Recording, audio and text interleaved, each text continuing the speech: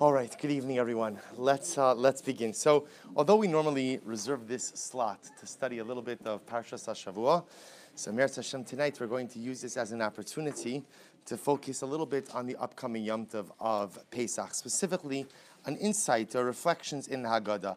I apologize a little bit for the noise that's coming through. Baruch Hashem, in the shul we're privileged to host the Baltimore Chesed League. So tonight was their closing. I know what the right word is, bonanza, banquet. So, Baruch Hashem, a wonderful, sweet group of boys, Labor Dig. So they're finishing up now, so it'll get a little bit quieter as we go on. So what I want to focus on tonight is a part of the Haggadah that I think for many stands out. Now, it stands out for a variety of reasons. Again, I mentioned in some of my other shiurim this week that many of us relate to different parts of the Haggadah in different ways. Sometimes it's because of a particular nigun, it's because of a particular tune, sometimes it's because of the words, sometimes it's because of the story, the subtext, whatever it might be, and sometimes it's just because of some type of affiliation that we make with it regarding our childhood. But there's no question that one of the sections in the Haggadah which stands out as incredibly amazing is Dayeinu. Very often it's because of the song, it's because of the tune, which is familiar. Very often it's also because families, this usually tends to create some level of machlokes, because at the table you generally have that one person who needs to sing the full Dayeinu chorus for every single line, right? Versus everyone else who feels that one Dayeinu per 6 lines is more than enough. So it definitely could test the strength of the familial fabric. So what I want to focus on, however, again, is taking a look at Dayeinu and trying to understand the deeper message. So again, we're not going to go through all of this line by line, but instead we'll kind of just focus on it in a little bit of a global sense. Remember again, the section of Dayeinu begins, Kama ma'alos lamakom aleinu. How many incredible things has HaKadosh Baruch Hu done for us? And then what we literally do is from the beginning of the Exodus narrative all the way until our arrival in Eretz Yisrael, we go through step by step everything that HaKadosh Baruch Hu did for us. And after every single step, we say the word Dayeinu. It would have been enough. Now the truth is, what that means, what that actually means, that it would have been enough, is something we're going to explore a little bit. But I want to give you a couple of different perspectives as to the profundity of this particular section. If you take a look at number 2, so the Malbim explains very beautifully, Kama ma'alos tovos, acharei shabatza bal ha'agada amarasa v'gamar es kol ha'sipor kalaksuven darshosehem, me'ata yifne el amira sahalos. So let me take a step back. Rabbi Soloveitchik explains in his Perush on the Haggadah that there is a daily mitzvah to remember the Exodus, an obligation of what we call Zechiras Yitzias Mitzrayim. How do we fulfill that mitzvah day in and day out? Usually through Kriyas Shema.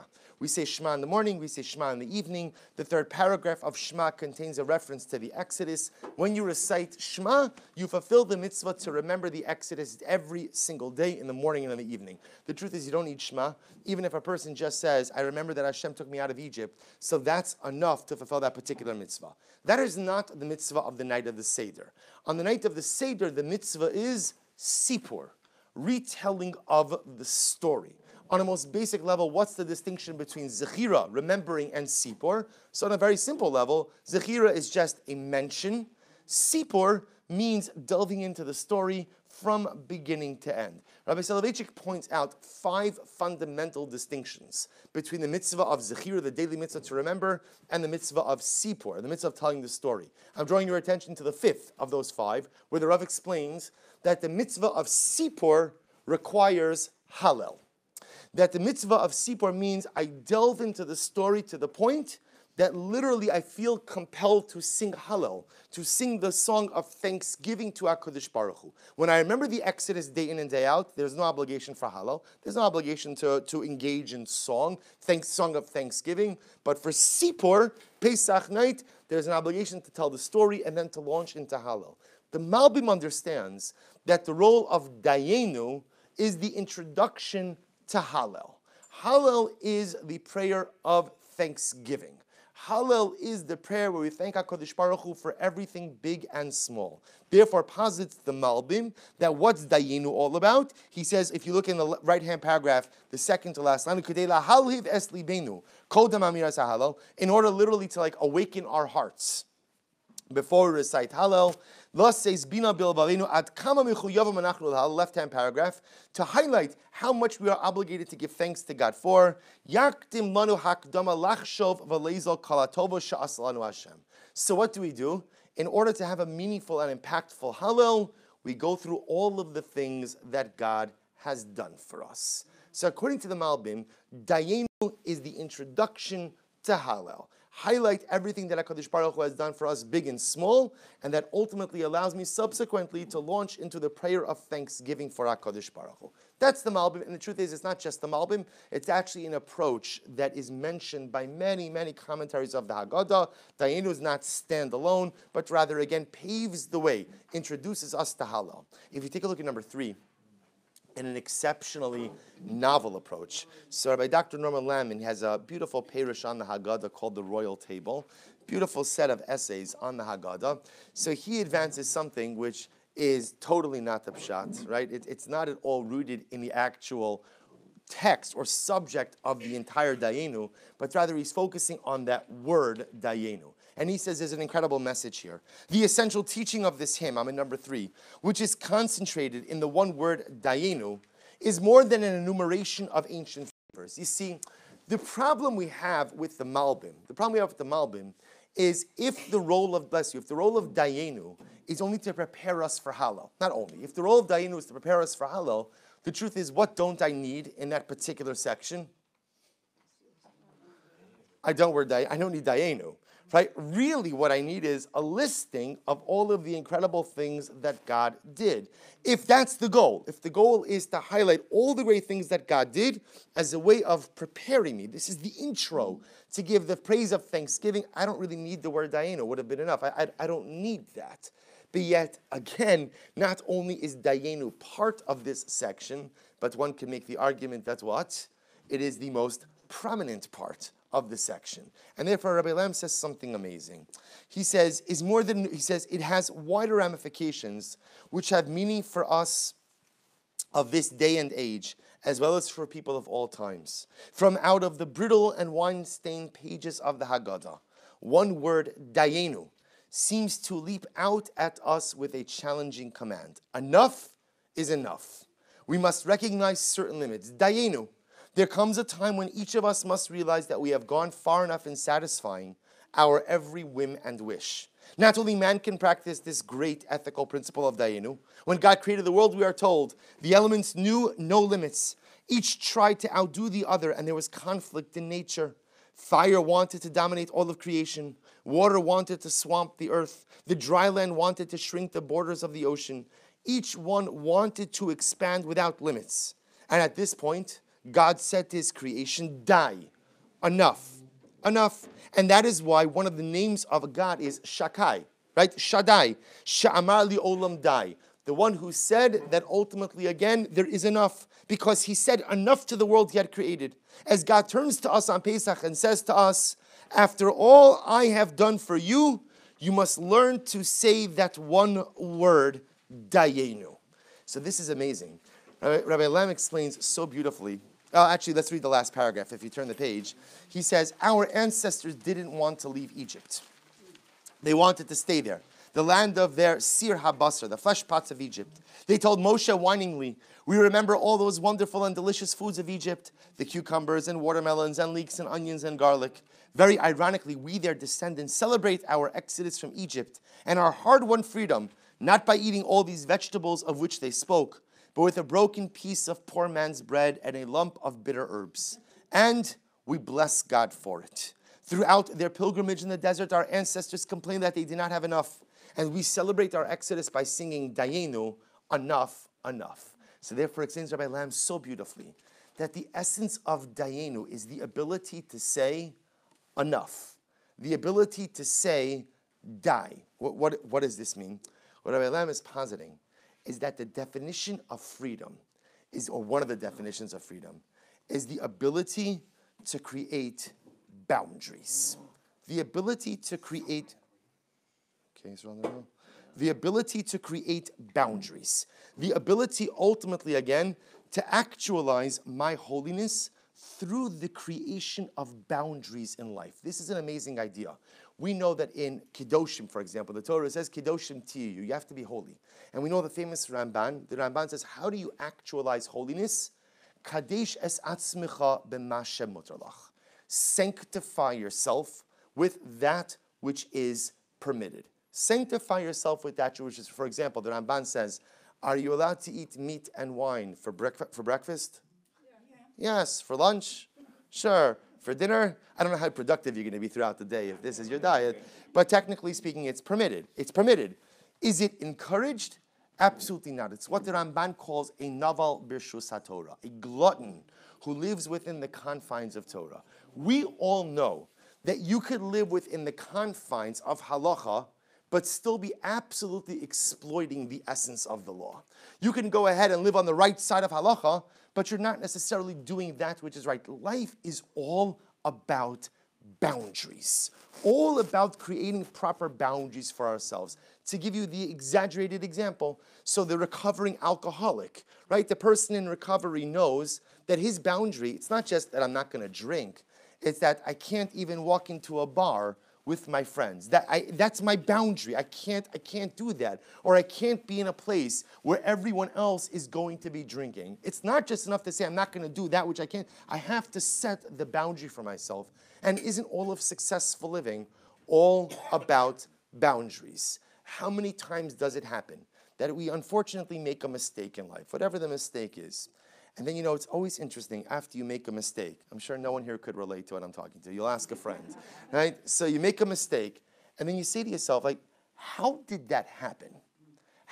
I thought I was vigilant. I thought I was careful. How did that happen?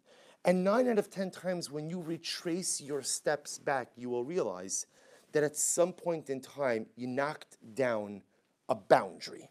You knocked down a boundary. The knocking down of that boundary by itself was generally innocuous. But once you knock down that boundary, then at the end of the day, it opens the door for all types of negative behaviors. Rabbi Lamp posits, and it's such an incredible chiddush, that this is what Dayeinu is.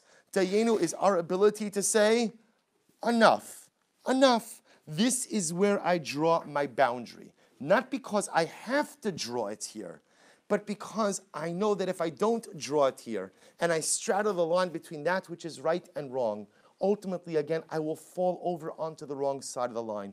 See, freedom, I've spoken about this in a number of shiurim this week, because I don't know why, I think the part of the beauty of Yiddishkeit is we relate to different things in different ways, and probably at different stages in life.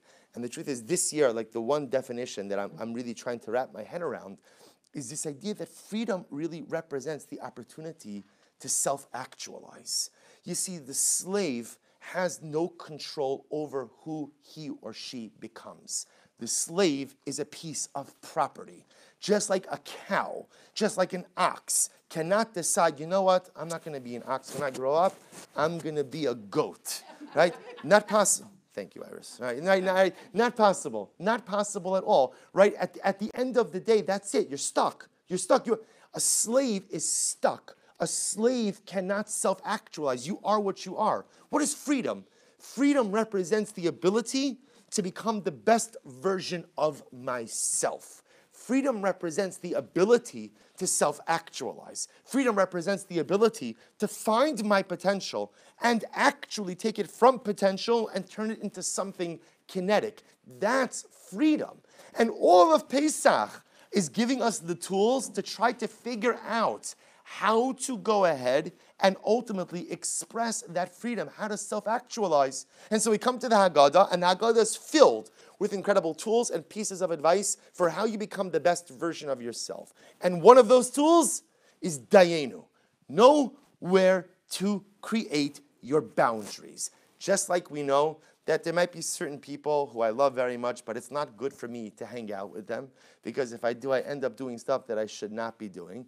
And just like I know that if I go certain places, the impact it has on me is not good. Just like, again, if I have allergies and I eat certain foods, I know that ultimately the reaction is not good. Life, successful life, is all about boundaries. And this is incredibly important because in greater culture today, we see an incredible movement to knock down boundaries. To knock down boundaries. that pretty much everything goes. Everything is okay. Everything is acceptable. I'm not making a commentary on right or wrong, but we see that's the prevalent mindset in greater society. And as a religious person, that scares us. Because where there are no boundaries, there is no Kiddusha. You want to self-actualize, you want to become the best version of yourself, you want to ultimately express your freedom, one word, says Rabbi Elam, Dayeinu. What are your boundaries? And here's the amazing part. Each of us has separate boundaries, right? Obviously, there are certain boundaries we all share in common. Those are the boundaries of halacha. But I'm different than you, you're different than me. Each of us have our own struggles. And therefore, by definition, each of us has to erect our own boundaries, our own walls, our own gidarim that keep our spirituality safe and create for me the pure space in order to ultimately self-actualize. That's Rabbi Lam. So again, it's amazing because also in the Haggadah, you would think that the Haggadah is a good 2,000 years old. It changed over time. But you would think that after 2,000 years, you've heard everything there is to hear about the Haggadah. But it's always amazing to me how no matter how many Sdarim you celebrate, there's always something new. So on one hand, again, we have the Malbim who tells us that it's an introduction ultimately to Hallel. We have Rabbi Lam who tells us that it's not an introduction to Hallel. It's actually one of the ingredients for freedom. Dayeinu, the ability to set boundaries for yourself. But then I want to share with you one other idea. And with this, we're going to spend the bulk of our time this evening. If you take a look at number 4, so in the Otzim of Parsha Haggadah, they quotes the Abarbanel. Now, the Abarbanel gives us an interesting piece of historical information, which you're going to see is actually relevant for a deeper understanding as well. So the Abarbanel writes, Shemechaber Hashevach Hazeh Hu Rabbi Akiva. You ever wonder to yourself, who wrote Dayeinu? Not the tune, because it's actually, I can't believe that we as a people have not come up with a better tune for Dayeinu. Right? We are such a musical people. The Levium had all this beautiful music, and this was stuck with this Dayeinu. It's okay, good. It's been in Klal Yisrael, I guess, long enough, so it must be holy. So the Abraminel writes, who wrote Dayeinu? Who wrote it? So actually he quotes earlier sources that say it was Rabbi Akiva. Rabbi Akiva is the author of Dayeinu. Now we're going to see why that is important in just a little bit. So keep that piece of information in your mind. And now I want to show you 2 other pieces, then we'll come back to Rabbi Akiva. Take a look at number 6. So Rabbi Nachman of Breslov, in his commentary on the Haggadah, so has a piece over here about Dayeinu as well. About Dayeinu. Now the truth is, as you're going to see, he doesn't explicitly address the word Dayeinu, but he develops a motif. Look at his motif. Number 6, paragraph A. I apologize, paragraphs are a little bit disjointed here. V'afa sha'adayin anu rechokim mitachlis hayeshua shlema. So the Rebbe says, even though we are very far away from the complete salvation, we know that. We know on one hand, the interesting dialectic of the Jew is on one hand, every single day I am closer to Mashiach, right? Every single day we're closer to redemption. But at the same time, I also feel far away from redemption. I know that every day I'm closer, but I also feel distance. Ki anu nisunim ba'avonosinu harabim betokef hagalos asher kimat kashal koach hasaval. Because we find ourselves in the midst of this incredible galus and this incredible diaspora, which is sapping our strength every single day. Ubifrat galus hanefesh shua ikar. And specifically, again, when we speak about our exile, it's not just our physical exile, but it's our spiritual exile as well. The Jew cannot become spiritually complete in the diaspora. The Jew cannot become spiritually complete without a Beis Hamikdash, without a Kadosh Baruch Hu, without Mashiach. Kasher kol echad yodeh b'nafsho, nig'ei levavo machavav, and each of us know our own personal struggles, our spiritual struggles, which keep us from becoming whole. Aval misha mistakel ala emes la'amito. But listen to this.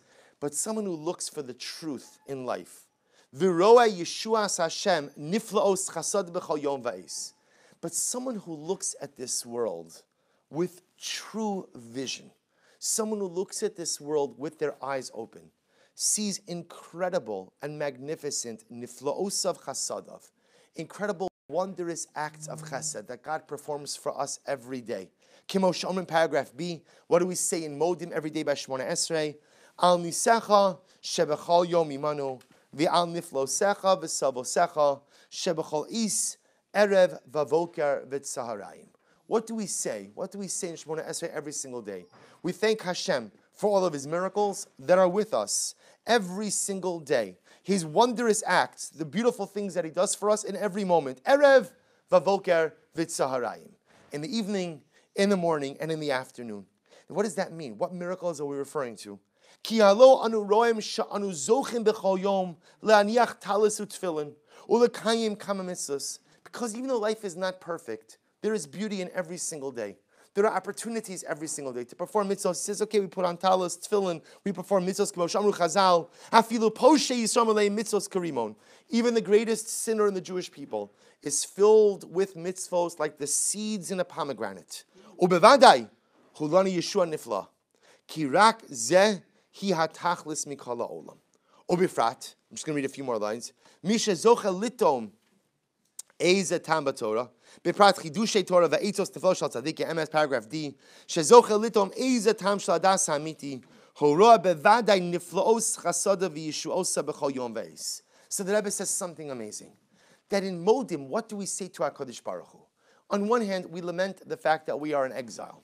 On one hand, we lament the fact that life is so imperfect, that our circumstances as individuals and as a nation is still highly flawed.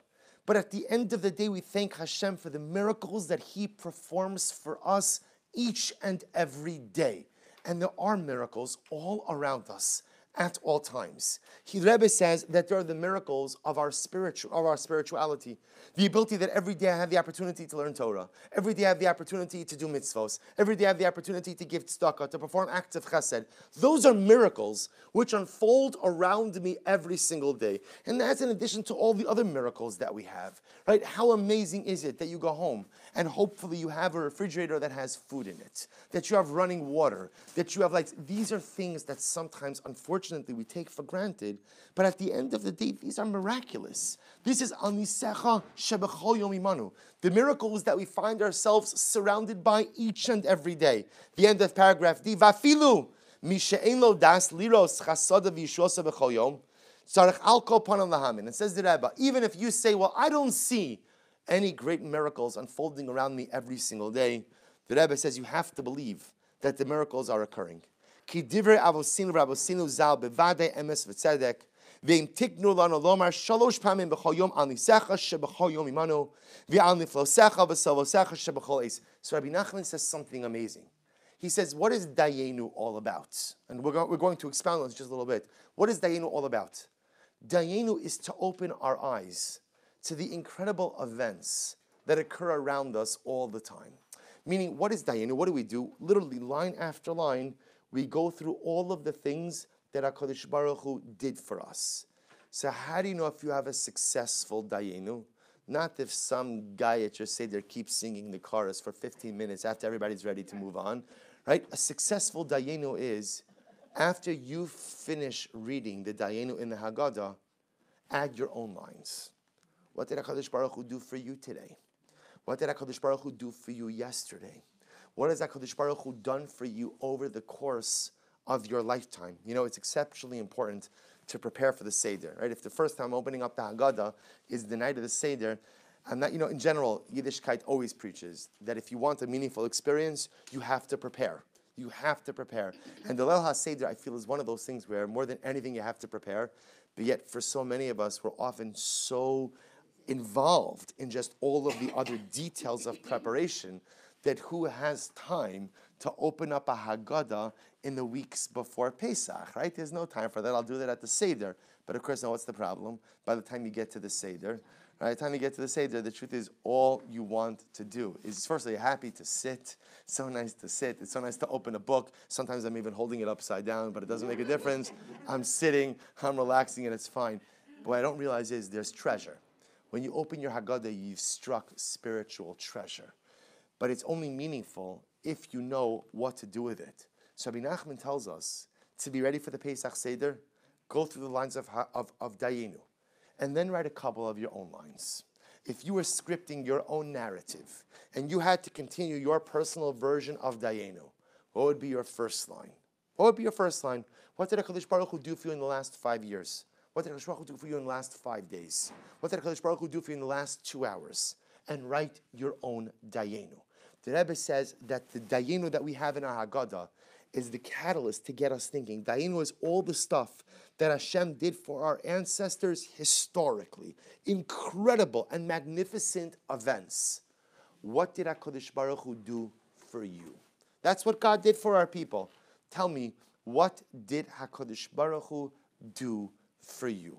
And that's the fundamental question, says Rebbe, that we have to ask ourselves. Because the Jew has to live life with eyes wide open, seeing the miracles that unfold around us all of the time. But I want to take this one step further.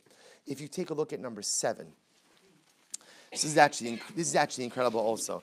And by the way, these are all the Haggadahs that I'm quoting are all good Haggadahs to get your hands on. You won't go wrong with any of them. The Malbim is wonderful. Rabbi Nachman is wonderful. And now this is actually Rabbi Twersky's Perush on the Haggadah. Rabbi Dr. Abraham Twersky wrote a beautiful, beautiful commentary called From Bondage to Freedom. And the Rabbi Twersky here advances just an incredibly profound insight. He writes, this is a rather strange hymn. Now the truth is, Rabbi Twersky raises the question that bothers everyone in Dayeinu, which is, and I purposely did not mention this until now because I wanted to save it for here. What is the simplest question on Dayeinu? The simplest question? What does that mean?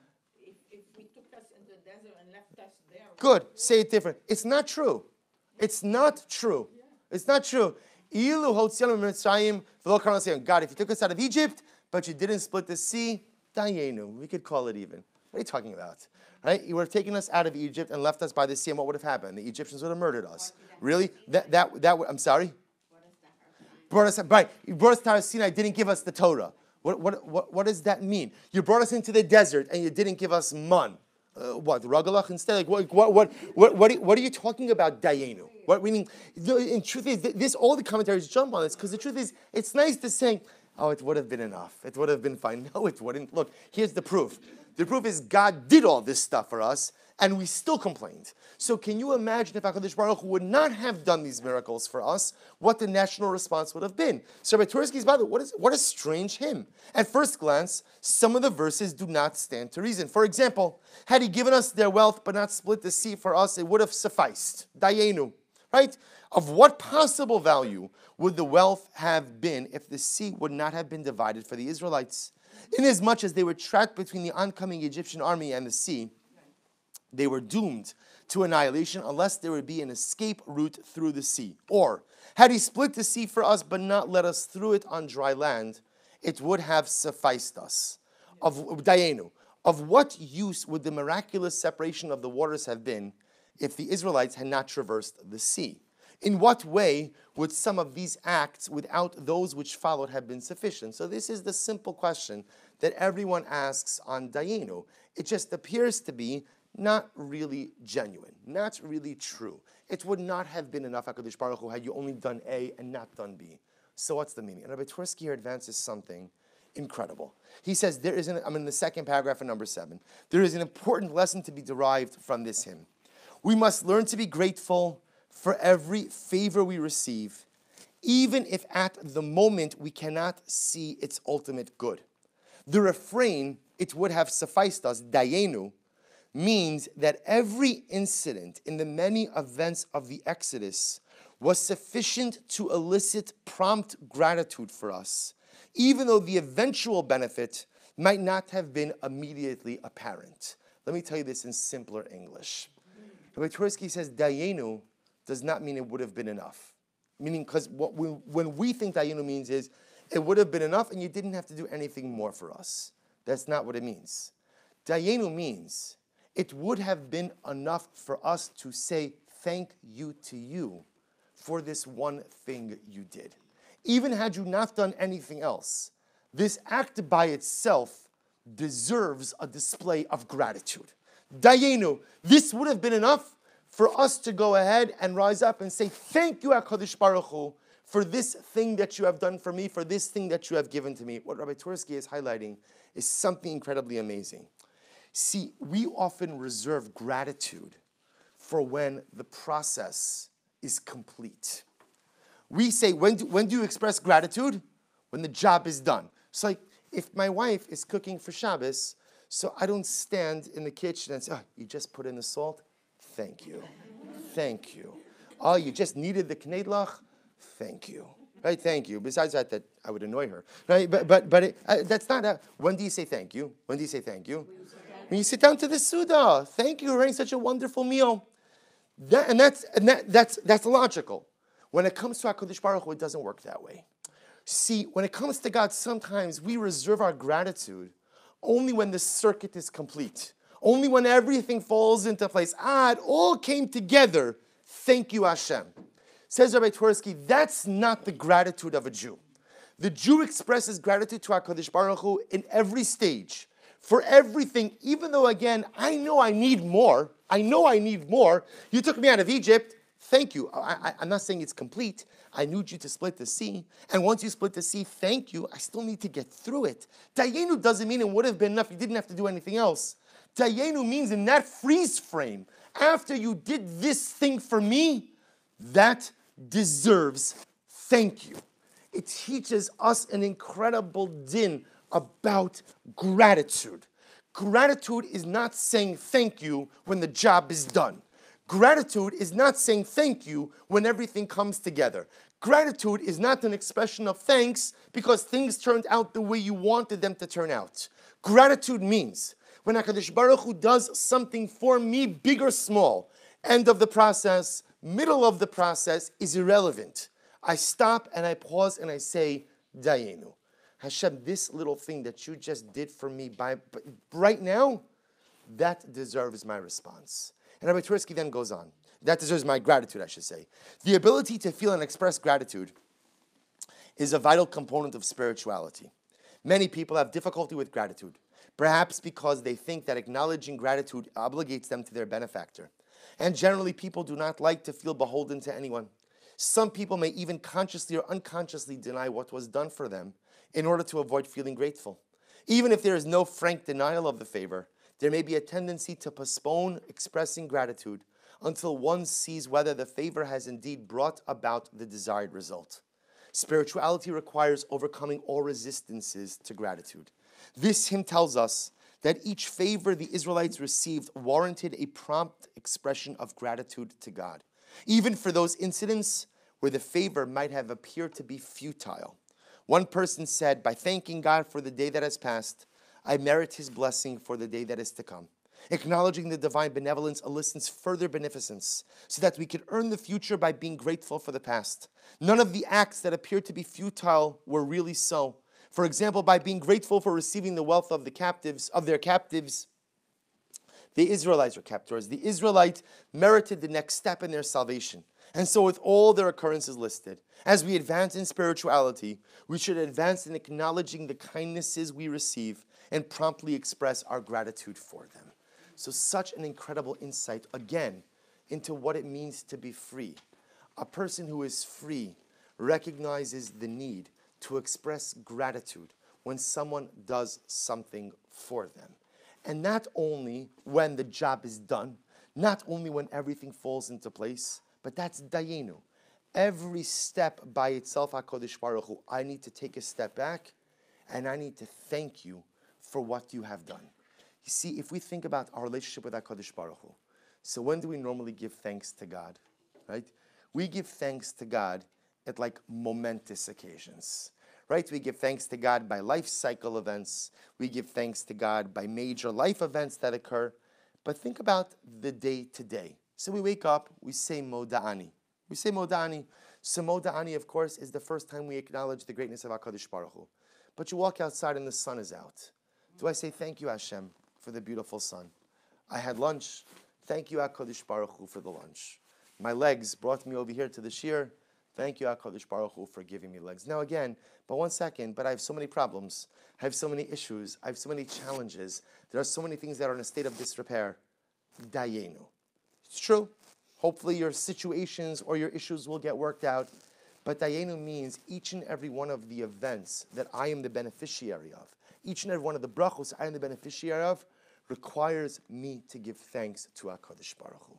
Dayeinu opens our eyes to all of the things that HaKadosh Baruch Hu does for us, big and small, and reminds us about the need to take a step back and say thank you So you say to yourself, 1 second, so I'm going to be thanking HaKadosh Baruch Hu throughout my entire day for every single thing? And the answer is yes. Yes. Because who could imagine what life is like when everything that occurs you say, thank you, Hashem. Thank you, Hashem. Of course, after I say thank you, Hashem, I also say, please help me with the stuff that's in a state of disrepair. But sometimes we hold on to our gratitude until everything falls into place. And that's not how a Jew expresses gratitude. And by the way, it's not just true with HaKadosh Baruch Hu. It's true ultimately, again, in human relationships as well. The expression of gratitude, I don't mean that you should say thank you when whoever's cooking for Shabbos puts in the salt and puts in the this in, but the expression of gratitude cannot just come about in the aftermath of when one person in the relationship does big things. The expression of gratitude has to be expressed every step of the way. Pesach is the Yom Tov where we open our eyes. Dayeinu is the hymn, as Rabbi Nachman writes, as Rabbi Tursky writes, where we see all that HaKadosh Baruch Hu has done for us. Now the stuff that's written in Dayeinu, these are like the headline-grabbing miracles. But from the headline-grabbing miracles, what do? I add my own lines of the things that I am thankful for, day in and day out. And although the things that God does for me doesn't necessarily fix all of my problems and challenges, they're still there. Dayeinu. Just like our ancestors understood that when they got out of Egypt, even though the sea still had to split, let me give thanks for what you just did. Now, please help me with the next part. And when HaKadosh Baruch Hu split the sea, even though I have to get through it, let me give thanks for what you just did. And then we'll ask you for the next part. And we get through the sea and we need food. Let me thank you for getting me through the sea. And then we'll talk about food. Don't hold back your gratitude until HaKadosh Baruch Hu gives you everything you want. Just like don't hold back your gratitude from your spouse or from your child or from your friend until they behave exactly the way you want them to behave. Express your gratitude towards them every step of the way. That's the message of Dayeinu. And to link this back full circle, remember, said the Abarbanel, who is the author of Dayeinu? None other than Rabbi Akiva. Listen to this. Look at number 5. We know the story of Rabbi Akiva's traumatic and tragic death. The Gemara says in number 5, Tan Rabbanan Pam Achas Gazru Malchus Harasha Shelo Yasku Yisaba Torah. So one time again, the Romans decreed that the Jewish people cannot teach Torah. So what happened? Rabbi Akiva taught Torah in public, and he was incarcerated by the Romans. So what happens if you go 3 lines down to number 5? So they incarcerate Rabbi Akiva, and they sentence him to death. So it's an incredibly dramatic story. B'shash shotzias Rabbi Akiva lahariga, zman kriyas shema haya. When they brought Rabbi Akiva out to be executed, it was zman kriyas shema. It was the time to recite Shema. V'hayu sarkin es b'saro b'masrekos shal barzel. And they were literally, again, removing Rabbi Akiva's flesh with iron combs. They were torturing him and killing him in such a barbaric way. And what was Rabbi Akiva doing? What was he doing in the midst of all of this? He was reciting Shema. He was reciting Shema. Amru Talmidav Rabbeinu, Ad Kan. So the students say, Rabbi Akiva, you don't have to do this. Is this really what's required? Is this the lengths to which you have to go? You're dying. You're being so brutally tortured. It's okay. You don't have to say Shema. So what does Rabbi Akiva answer? And it's astounding. Amar lahem, he said to them, Kol yamai, hayisi mitzta'er al pasuk zeh b'chol nafshecha. All of my years, I never understood what it meant to love God with all of your soul. What does it mean to love God with all of your life? Afilu notas nishmascha, because Chazal darshaned, even if God takes your life, you still have to love Him, even if He takes your neshama. So Rabbi Akiva says, Amarti, masai yavo liyadi va'akaimena. And Rabbi Akiva said, will I ever be able to fulfill that mitzvah? Will I ever be able to fulfill the obligation to love HaKadosh Baruch Hu, even if He takes my neshama, even if He takes my soul? Va'achshav sheba liyadi lo akaimena. And here the opportunity has come before me. And shall I not go ahead and take it? You hear what Rabbi Akiva is saying to his Talmidim? My whole life, I always wondered about this pasuk. To love HaKadosh Baruch Hu b'chol nafshecha. Afilu hu notas nafshecha. To love God with all of your soul, all of your heart, even if He takes your life. And I never really understood how does one fulfill that. And now they're taking my life simply because I taught Torah in public. and I'm not going to avail myself of the opportunity to say Shema in this very moment. So the Gemara says, Haya ma'arich be'echad ad sheyatas hanishmasa be'echad. Rabbi Akiva had elongated the word echad until his soul left his body by echad. Yatsa sabas kavamra, a heavenly voice came out and said, Ashrecha Rabbi Akiva, sheyatsa nishmascha be'echad. Praiseworthy are you, Rabbi Akiva, for your soul has left your body with the word echad. What is Rabbi Akiva doing?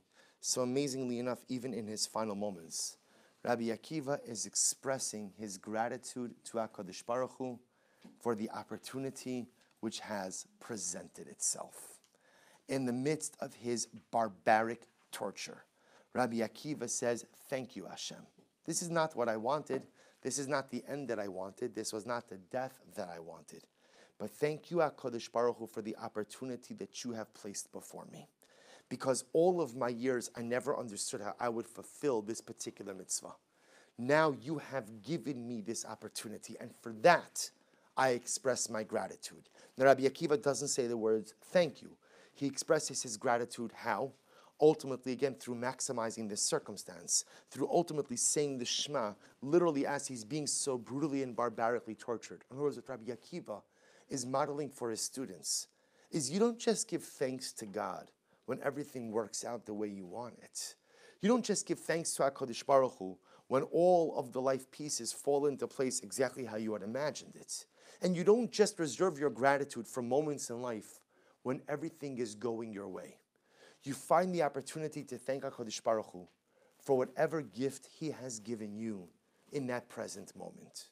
And for Rabbi Akiva, as he's being murdered by the Romans, the gift he has been given by HaKadosh Baruch Hu, the gift he feels he's been given by HaKadosh Baruch Hu, is the ability to actualize the concept, as stated in the pasuk, to love HaKadosh Baruch Hu with all of your life, even if HaKadosh Baruch Hu takes your life. Rabbi Akiva is the author of Dayeinu, because Dayeinu, at the end of the day, teaches us this incredible idea. Give thanks to HaKadosh Baruch Hu for everything in life, the big stuff and the small stuff. Don't hold back your gratitude until everything falls into place when you want it, how you want it, where you want it, and just the way you want it. Give thanks to HaKadosh Baruch Hu every step of the way. That's Dayeinu. And if we bring this all together, it turns out that from this beautiful song, which of course, again, kind of wakes everybody up towards the end of Magid, we find all of these incredible lessons. We, of course, according to the Malbim, understand the role of Dayeinu ultimately, again, as an introduction to Hallel. We see, according to Rabbi Lam, ultimately, again, Dayeinu teaching us an incredible and profound concept of boundaries. And each of us, again, as we celebrate our newfound freedom on Pesach, we have to ask ourselves, do we have the right boundaries up? And you know, boundaries aren't fun. We're amongst friends, we could be honest. Boundaries aren't fun because boundaries sometimes keep me from doing things that I like doing, which may not be bad. There's nothing wrong with them, but again, I know that I have to create my protective distance. But if you want holiness, you know, life is an ongoing choice between mediocrity and excellence. And the difference between mediocrity and excellence is boundaries, is Dayeinu. If you want to wallow in mediocrity, don't worry about the boundaries. But if you want to be excellent, if you want to self-actualize, you want to become the best version of you, the boundaries are absolutely necessary. And lastly, Rabbi Nachman, Rabbi Tursky, Dayeinu doesn't mean it would have been enough, because it's not true. After God performed any one of these miracles by themselves, it would not have been enough. Dayeinu means, after everything that you did for us, after every singular event, it would have been enough for us to stop and give thanks to you. Because I don't save my gratitude to HaKadosh Baruch Hu for the end of the process. I don't save my gratitude towards HaKadosh Baruch Hu for when everything falls into place. I find the courage to give thanks every step of the way. I find the courage to give thanks every step of the journey. I find the courage to give thanks for everything that HaKadosh Baruch Hu does for me, big and small. And if we're able to internalize this lesson of gratitude, if we're able to internalize the Dayeinu lesson of gratitude, so something amazing happens. Two amazing things happen. Number one, you will begin to recognize how much you have in life. Because when you're up to your 50th thank you, and it's only 10:15 in the morning, you realize, oh my gosh, I spend my life so focused on all the stuff that I lack, and all the stuff that is broken, and all the stuff that's in a state of disrepair, and I totally overlook all of the stuff that's incredible. Dayeinu, if you live life with that type of ongoing Dayeinu gratitude, you realize how many brachos you have, and you realize how intimately HaKadosh Baruch Hu is involved with your day-to-day life. This is the power of this song. So as we come to the Pesach Seder, and hopefully we're uplifted by the Haggadah in its entirety, may we be Zochem Meretz Hashem to internalize these three incredibly profound lessons of Dayeinu. And most importantly, may we be privileged to find the courage, because Rabbi Tursky, right, it's not always easy to express gratitude. But may we find the courage to express our hakar, so our gratitude to HaKadosh Baruch Hu for everything He gives us, big and small, day in and day out. And halavai we should be zocha, that in the merit of expressing our gratitude, for as Rabbi Nachman called it, al nisecha shebecho yom imanu, the miracles that occur every single day. In the merit of that ongoing gratitude, may HaKadosh Baruch Hu bring us the ultimate nes. This month, this upcoming month of Nisan and Pesach is the Chag HaGeula, is the Chodesh HaGeula. This is the month, as Chazal tell us, Benisan nigalu ubenisan asidin ligal. We were redeemed in Nisan historically, and Mashiach is going to come in Nisan as well. And it could absolutely be this Nisan. If we just condition ourselves to give thanks to the little miracles, then halavai will be zocha to give thanks for the greatest miracle of all. Thank you. There is Mariv in the Beis Medrash now, 8:50 p.m.